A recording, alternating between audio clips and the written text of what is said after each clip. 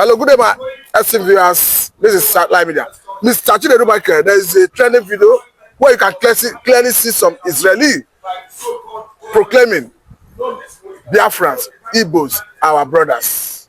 Our government, the Israeli government, helped the Biafrans during the war. That we are not going to abandon our people. And of course, one will be wondering how the Jew understand that actually this is our blood. It's like blood is thicker than water. Yes, I can tell you that very clearly. It is one of the things Nnamdi Kanu started making very clearly, and was able to introduce some form of religious synergy with the Jewish worship. And what's the sweet Jewish worship? That Judaism synagogue. I believe that Israel still continues with this path of supporting its friends, its allies, its family. And just like we did that in 1967, Israel supports and does what it can. I did hear that Mr. Kanu was in Israel, in Jerusalem, before he was abducted and disappeared from the public's eye. And this is the most important thing that I want Biafrans to take from this discussion, that Israel, we stand with you guys. And although the cause of Biafra is not very familiar with the world and with Israelis, I want to say that, because of my activity, because of what I do, more and more Israelis are hearing about the cause of Biafra each and every day. So yes, we do stand with you. I want you to know that. There's no two ways about it. We do not have any option that embrace the reality of who we are. And what is the reality of who we are? The Igbos is being believed to have this synergy, to have this connection, to have this doctrine, to have this divinity with the God, and knowing fully well that what we are talking about started from Seth, not from, Abraham. But at what point did Biafrans, Igbos realize that they are Jew? That's what I'm telling you. If you look at what Seth, Seth came before Abraham.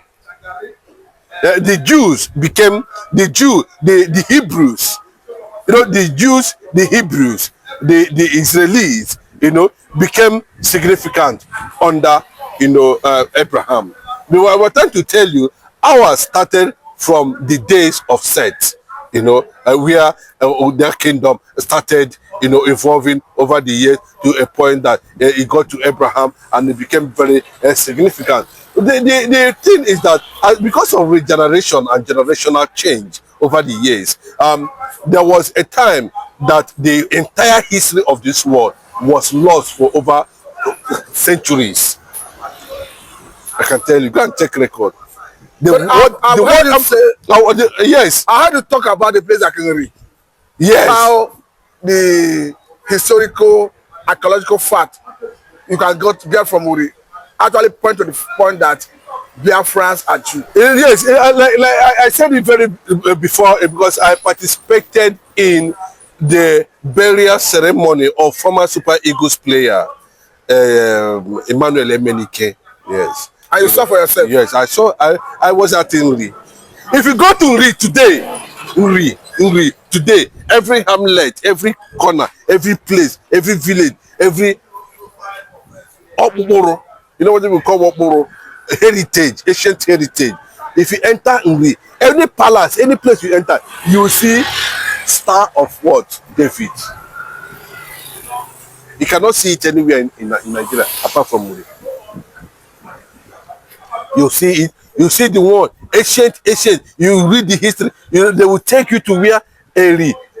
You see the progenitors. How it came to a point. Even Igala was one of the sons of Eri. Eri. As at that time, it is Igala. You're talking about Igala. This is Igala, Kogi State. So when you look at all those things, it gives you a sense of reasoning that actually, because you cannot be what you are not. These people have kept this history, this trace, this understanding, psychology, everything, right from the beginning of time. It's not something that started now. That may have explained the reason the Jew protected Nnamdi Kanu when he escaped from Nigeria after the Operation Patton. Yes, Nnamdi Kanu was found there in Jerusalem because he has already had a path as a Jewish man. You know, he has already identified himself with the Jewish worship. He has already understand himself as someone who believe in that category. Remember what he told the court at that time. He made it very clearly that, you know, I am a Jew. I am a Jew. He said, who are you? He said, I'm a Jew. And what makes you a Jew? Can you be able to produce? Yes, and he did exactly that. Bros, we cannot be what we are not. That's the and not only that, everything that Igbo man does points to that direction, that Igbo man has that significance with the reality of the Jews in the Bible. I'm not talking about the Jews of the present day, you know, the Jews of the Bible. You know, the Jews of the Bible is what I'm talking about. So, and like I was explaining, that after centuries, the world history was wiped away from the earth. You know, a researcher, a man came up and brought back some certain ones they can lay their hand on. And unfortunately, Biafra was one of the things they laid their hand upon, you know, as a kingdom, as at that time. So what does that tell you? And it tells you that this very particular man also wrote a story about the Igbos when the world has not civilized. And what was the story? He said that these people behave like the ancient Jews of Israel. But Mr. I want to take it to an angle, because you did said the other day that Igbos are the fourth richest in the world, fourth richest tribe in the world. Is it the Jewish lineage they derive that strength? Bros, okay, if you want to try it now, start business with an Igbo man in one particular place and see what will happen after 5 years. You will notice that Akachukune, there's divinity in what he's doing. There's hand of God. Yeah, there's hand of God, because that what you're seeing is already a covenant that has taken place many centuries by his great grandfathers that entered into covenant with God. And God is God of covenant. God knows how to represent covenant. That is it. So you see what is happening to Igbo, the Igbo rights, the way Igbos do their something, is not just ordinary. It's as a result of the covenant they have entered with Chukwu Okike Abiyama, the God of Abraham, the God of creation. The God of creation. And that has, look at what is happening to Israel today. It's not as a result of covenant they have entered with God. It's the same covenant that we entered with God. We are the children of Jacob, Isaac, and Abraham. Okay, now let me bring it back to Nigeria, where RFI have actually rocked the boat. Remember that RFI played a significant role in Tinubu emerging the president in 2023, and surprisingly, he was not accommodated in Tinubu's government. And RFI have come out clearly to say that it was not any security report that deprived him from being screened, that the president at the point changed his mind and didn't want him in his cabinet. Of course, he said he had told the president like that. But the point here is, RFI made a very categorical statement that the same way a Jonathan could not return for a second term, that Tinubu is going to go to Jonathan way.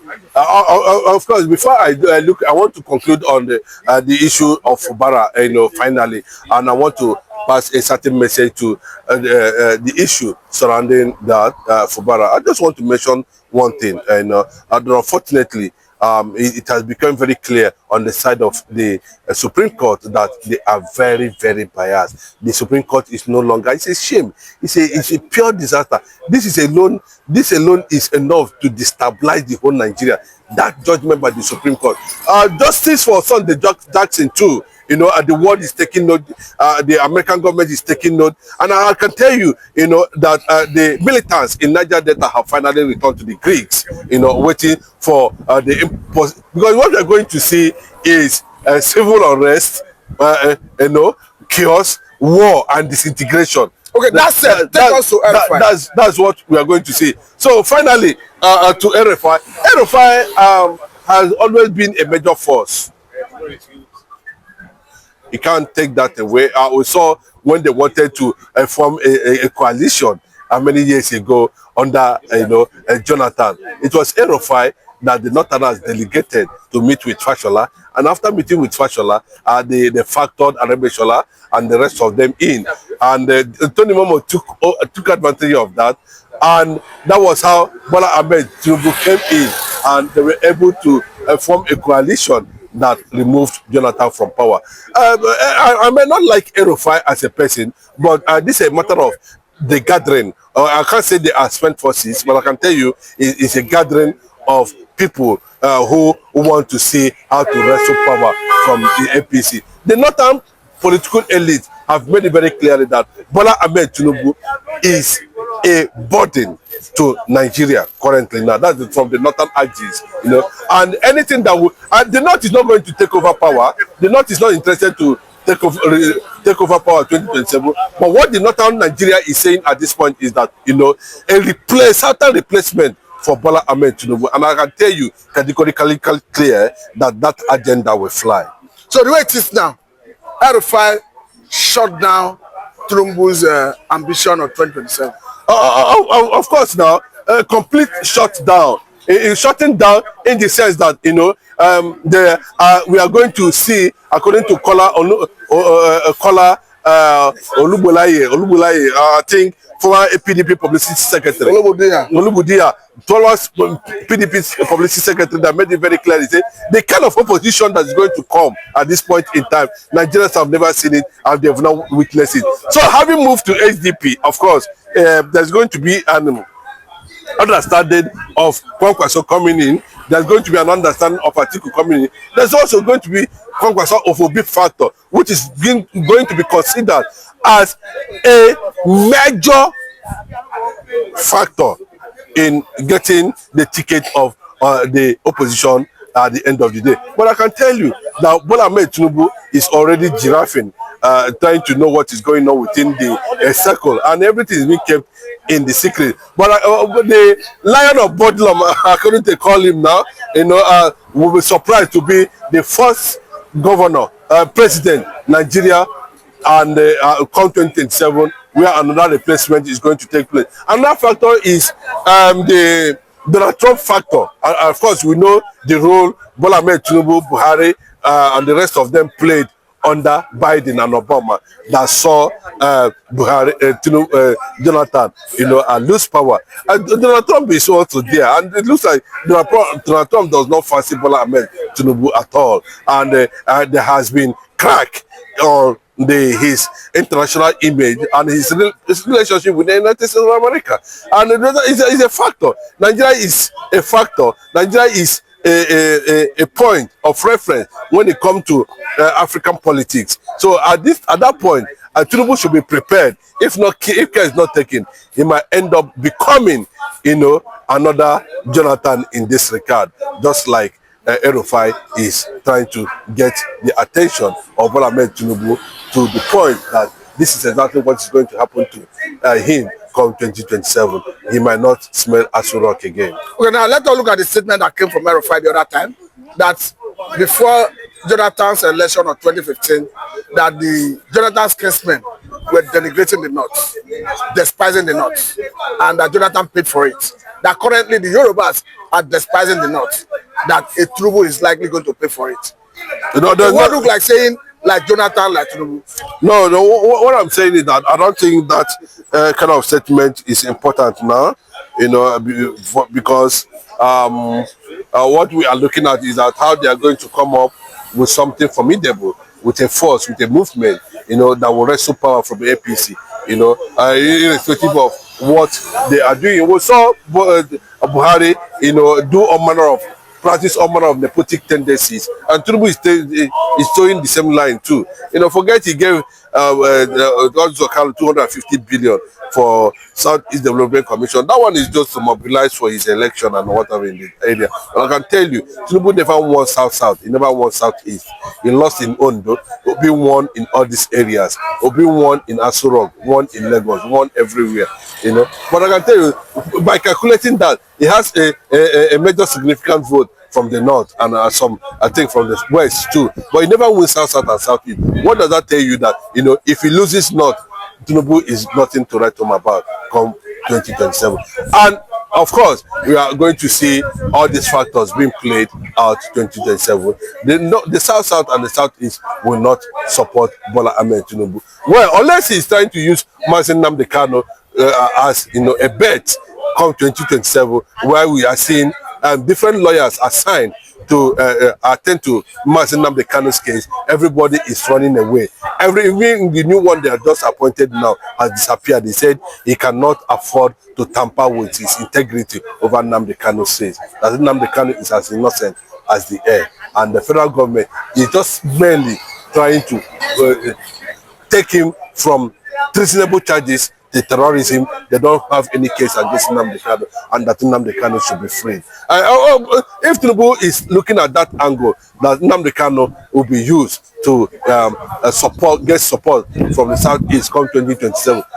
Well, Audio Kali has entered the wrong hand. Let us see how it's going to play out at the end of the day. But I can tell you that what awaits Tinubu come 2027 is bigger than what Tinubu is currently seeing as the president of Nigeria. Okay, should Tinubu releasing Nnamdi ahead of 2027 presidential election, do you think it's not going to work for him as a bait? It will not work for him. You understand? Nnamdi Kanu has defeated Nigeria. They are even recommending that this kind of person should be tried in the ICC. Nigeria is not qualified to try somebody Nnamdi Kanu. According to Binta Yanko, he said that Nnamdi Kanu is a higher reality and someone who is supersonic. His brain is supersonic, intelligent, stubborn, a legal astute. He said a lot of things about Nnamdi Kanu. That he actually loved Nnamdi Kanu. That's what he said. That he actually loved him. So that's to tell you the level of admiration and support and followership Nnamdi Kanu is even enjoying within the circle of the government of Nigeria. Where a lot of people admired him, for his resilient spirit. So you understand that every Igbo man is going to behave like Nnamdi Kanu against Tinubu, because when we are seeing Tinubu, we are seeing Nigeria. We are not going to look at Tinubu as a Yoruba man. We are going to look at Tinubu as a Nigeria, where we come to issue that will determine who is going to be there at the next president come 2027. So lastly, it then mean that when the Northern Elders Forum said that it was a mistake voting for Tinubu or supporting Tinubu in 2023, that a mistake they said they don't hope to repeat in 2027. It means they meant every word they use. The North can never be trusted. We can never trust them. I can remember too that the APC still enjoy some states, as in some APC governors. We still having APC governors in the North, and they are very significant. And unless they decide to play some certain game like we are hearing now, some senators are already decamping to SDP as a result of the action taken by El-Rufai in that direction. So we are going to see a lot of alignment and realignment at the end of the day, and that's when we begin to see how strong Bola Ahmed Tinubu political structure is in the North, and what the Northern threat against Tinubu 2027, what it looks like at the end of the day. The North, yes, Tinubu is a burden. They keep on saying it.